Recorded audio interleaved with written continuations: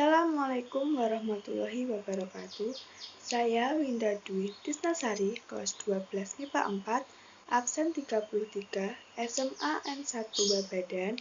Di sini saya akan memenuhi tugas ujian praktek biologi dengan mengelompokkan tumbuhan ke dalam masing-masing kelasnya. Tanaman yang pertama yaitu cabai. Akar pada cabai merupakan akar tunggang yang sangat kuat dan berserabut pada akar-akar lainnya. Akar pada tanaman cabai hanya bisa menembus tanah dangkal sekitar 25-40 cm. Yang kedua yaitu batang. Batang pada tanaman cabai berdiri tegak dan mempunyai banyak cabang. Batang pada cabai berwarna hijau tua dan berkambium. Yang ketiga yaitu daun. Daun pada cabai merupakan daun tunggal yang berbentuk menyirip dan runcing pada ujungnya. Daun pada cabai biasanya berwarna hijau sampai hijau tua. Yang keempat yaitu bunga. Bunga pada tanaman cabai termasuk dalam bunga tunggal. Bunga pada tanaman cabai tumbuh pada sela-sela daun atau pada ketiak daun. Mahkota pada bunga cabai berwarna putih dan berkelopak 4-6 kelopak bunga. Yang kelima yaitu buah. Buah pada cabai umumnya berbentuk bulat lonjong dengan ujung yang runcing. Dalam buah terdapat plasenta untuk tempat melekatnya biji. Dan yang terakhir yaitu biji. Biji pada tanaman cabai berbentuk bulat pipih dan keras. Biji inilah yang berfungsi untuk alat berkembang biakan. Jadi, cabai termasuk ke dalam tanaman dikotil. Tanaman yang kedua yaitu terong. Terong juga termasuk ke dalam tanaman dikotil.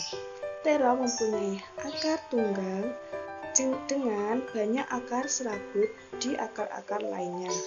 Selanjutnya yaitu batang. Batang pada terong mempunyai cabang dan berkambium serta berwarna hijau-hijau kecoklatan. Selanjutnya daun.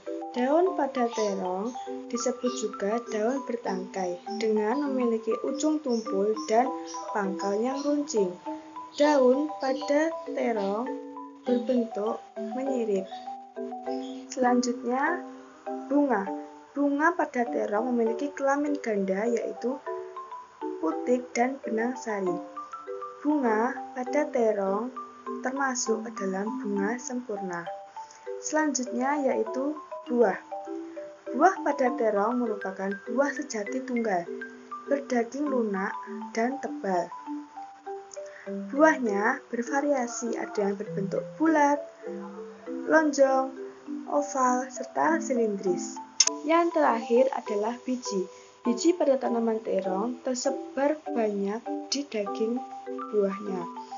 Biji berbentuk lonjong dan berwarna coklat kehitaman. Tanaman yang ketiga yaitu cipluan atau secenat.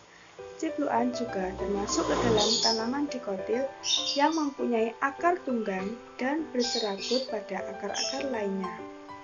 Selanjutnya yaitu batang.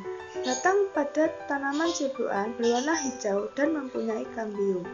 Batangnya berbentuk bulat, beralur, dan berongga. Selanjutnya yaitu daun. Daun pada tanaman cipluan berbentuk panjang dan meruncing pada ujungnya, serta pinggirnya bergelombang. Tulang daun pada tanaman ini berbentuk menyirip. Daunnya berwarna hijau muda sampai ke hijau. Selanjutnya yaitu bunga. Bunga pada tanaman cipluan termasuk dalam bunga tunggal dan muncul di antara ujung tangkai atau ketiak daun. Kelopak bunga berjumlah 5 serta tajunya berjumlah 3 dan meruncing. Mahkota bunga pada bunga cipluan berbentuk seperti lonceng dan benang sarinya berwarna kuning serta kepala sarinya berwarna biru. Selanjutnya yaitu buah. Buah pada tanaman cebdoan dibungkus dengan mahkota bunga yang membesar dan menggelembung.